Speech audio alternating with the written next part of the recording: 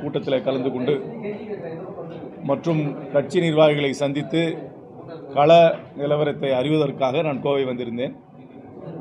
வருகின்ற சட்டமன்ற தேர்தலிலே காங்கிரஸ் கட்சி தேர்தலை சந்திக்க தயாராக இருக்கிறது என்ற நிலையை அறிந்து மிகவும் மகிழ்கிறேன். இதுக்கப்புறம் நீங்கள் கேள்விதான் வரும்.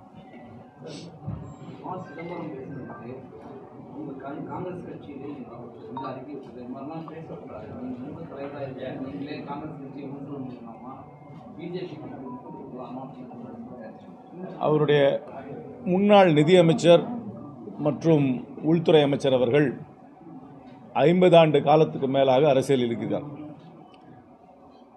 அவரை அறிந்தவர்கள் எல்லோருக்கும் நன்றாக தெரியும்.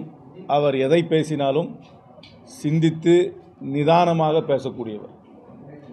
அவர் சிந்திக்காமல் இதுவரைக்கும் எனக்கு தெரிந்த வரைக்கும் ஒரு பேட்டியோ ஒரு அறிக்கையோ இதுவரைக்கும் கொடுத்தது கிடையாது. அவர் ஒரு புத்தக வெளியீட்டு விழாவில் ஆங்கிலத்தில் பேசினார். அதை முழுமையாக கேட்டவர்களுக்கு அதோடைய அர்த்தம் நன்றாகவே புரியும். சோஷியல் மீடியாவில் வருகின்ற ஒரு ஹெட்லைனை வைத்து ஒரு உரையை முழுமையாக கேட்காமல் விமர்சனம் செய்யக்கூடாது.